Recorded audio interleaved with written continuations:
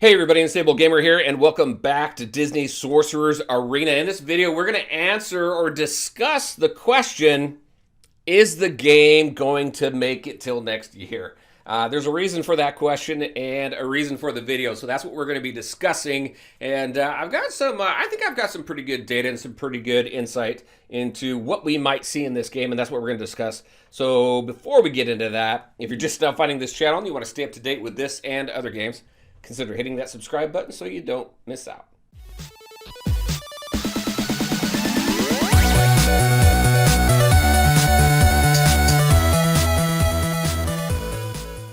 All right, and welcome back. Before we jump into this, just a reminder, I do have the links to all my different social media sites in the description of every video. Definitely check it out there. Join us on Discord where we're talking about the game. And also, I do stream 3 times a week, or at least I try, Mondays, Wednesdays, and Saturdays. If there's any changes in that schedule, I do typically post them on the community channel, the community tab on my channel. All right, so why are we asking this question? Why are we discussing this? The reason is because I have seen people leave this game recently. I've also had people ask me the question, do you think this game is dying? Now, before we answer that question, let's just take a look at what Disney Sorcerers Arena has accomplished so far and what they have, especially during these extremely difficult times. So if we take a look at this right here, this is from Glue's financial statements that is open to the public. Anybody can go into the Glue site, look at their investor relations, and take a look at everything here. Now, they launched on March 24th. March 24th, mid-March is when everything with coronavirus and everything was starting. Everybody had to quickly start working from home. So much stuff was going on in March. I had the question, are they even going to release this game in the time frame that they wanted to release it in because of everything that was going on? So much stuff going on, everybody working from home, and just if you take a look at the complexity that it takes and the coordination and everything to get everybody there, get them all the equipment and everything that they need at home to do what they would normally do in the office, this was a particularly difficult time. However, in its first full quarter, you can see it generated $22.1 million. Now, how does that relate to other games? Honestly, I don't know. But I do know that that's a pretty good number, $22.1 million. Now, I don't know what it took to build the game, to get the licenses and make it and all that stuff. So I don't know how long it's going to take to pay back. But $22.1 million in my eyes, I think is pretty good for the first full quarter of a brand new game, especially when it's released in a pandemic of all. I think they've done a pretty good job there. Strong live ops built around Disney and Pixar IP.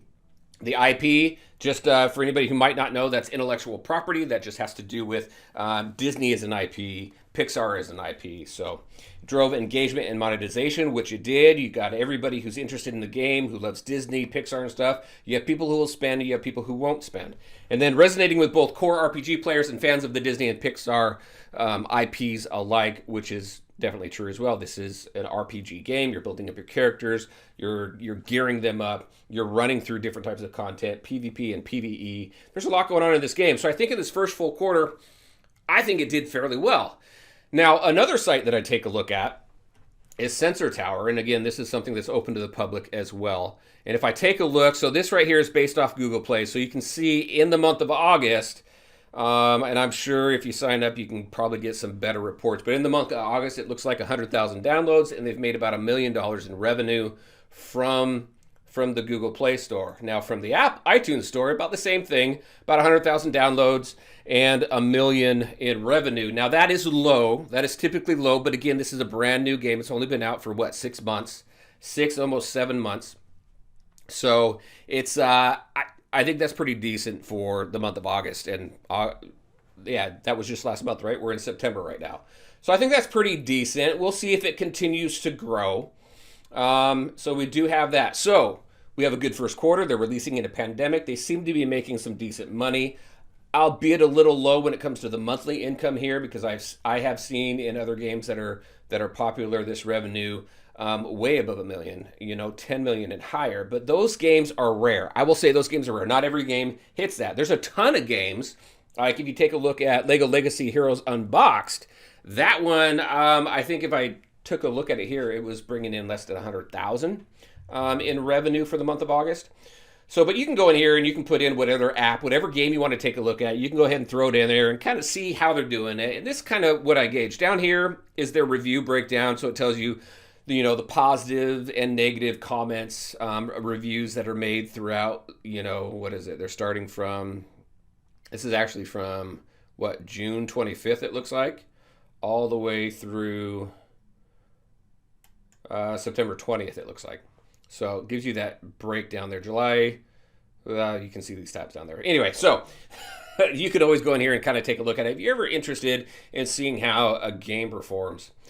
All right, so with all of that said, they are making some money. The game is doing pretty decent. It had its challenges, I'm assuming, going through this pandemic and getting everybody work from home. I think everybody has probably come through that pretty good because the game is still going. It's not crashing every single day.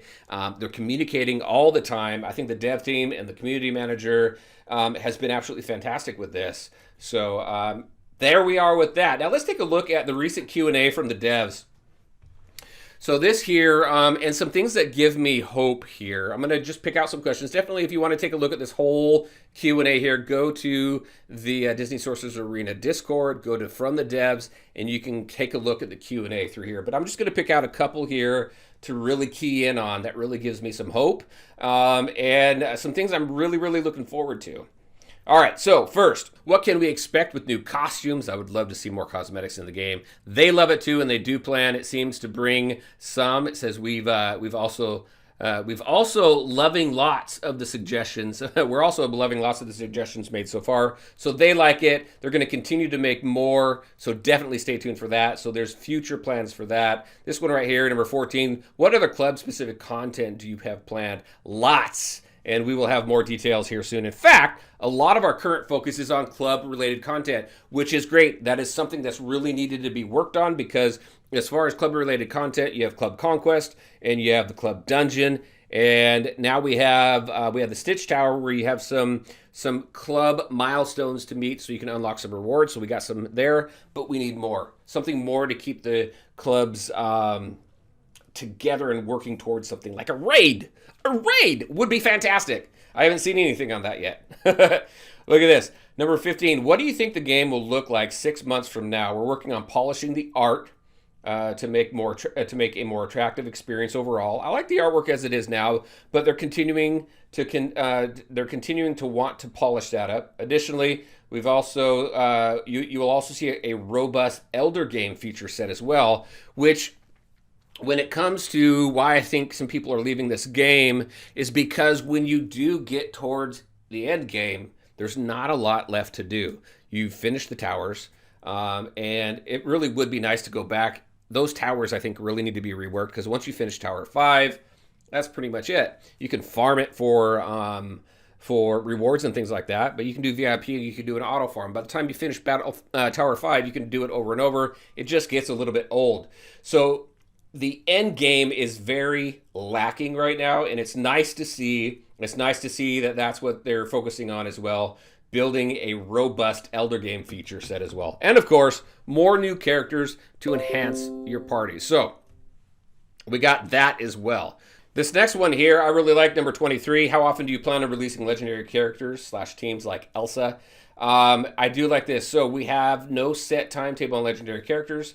But we understand the legendary characters are highly coveted. The expectation from players is that legendary characters change the way the game is played. So we want to be careful about how often we introduce these into the game for the sake of game balance. Very, very true. Legendary characters, you don't want to see legendary characters coming left and right and kind of just that be the norm. They need to be characters that are powerful. They need to be difficult to get. They need to be something that you work for, and not just, a legendary character, a whole roster of legendary characters.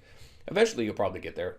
But I do like the fact that they see these legendary characters as a unique character and not something to dilute. You don't want to dilute the whole the roster with a bunch of legendary characters that eventually will not mean much, because then that just becomes the norm.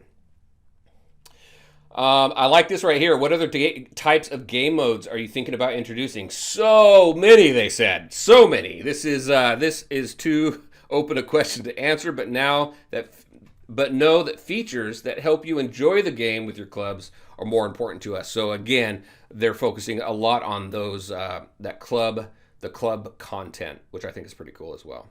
And those are the few things that I wanted to pick out of this Q&A right now, just to kind of give you an idea of what to expect coming up. Definitely some more legendary characters are coming, but they are going to be few and far between, which I think is the right move. More club-related content to really keep these clubs focused, communicating, and working towards a common goal, which I think is great as well. So lots of cool things here. And so overall, do I think the game is dying? Do I think the game is going to be here next year? Absolutely 100%. They seem to be doing pretty well.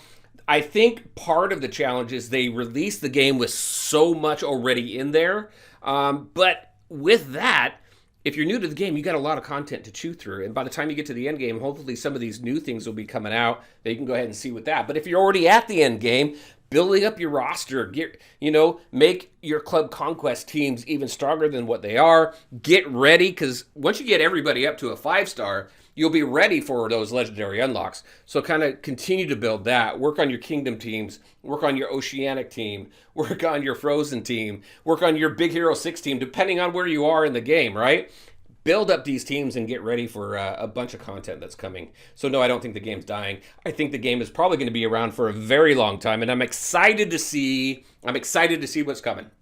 Because just reading this, that makes me excited. All right, everybody. I think I'm rambling on there, but there are my thoughts. I'd very much be interested in your thoughts as well. What do you think of this game? What do you think about the path that is on right now? And as always, I want to thank you for taking the time to watch the video. If you liked it, make sure to hit that like button and share your thoughts and questions in the comments section below. Take care, everybody, and we'll talk to you next time.